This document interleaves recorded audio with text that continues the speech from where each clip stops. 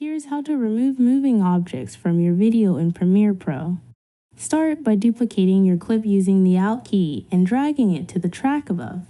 Select the top clip and navigate to the Effect Controls panel.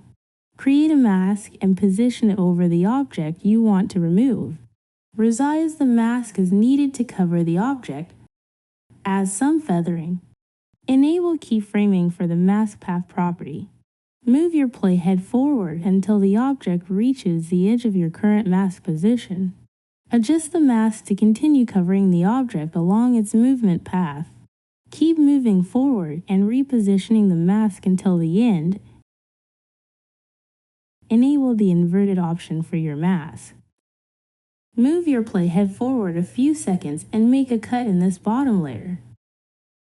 Finally, swap the positions of the beginning and end segments of your cut clips to complete the object removal effect.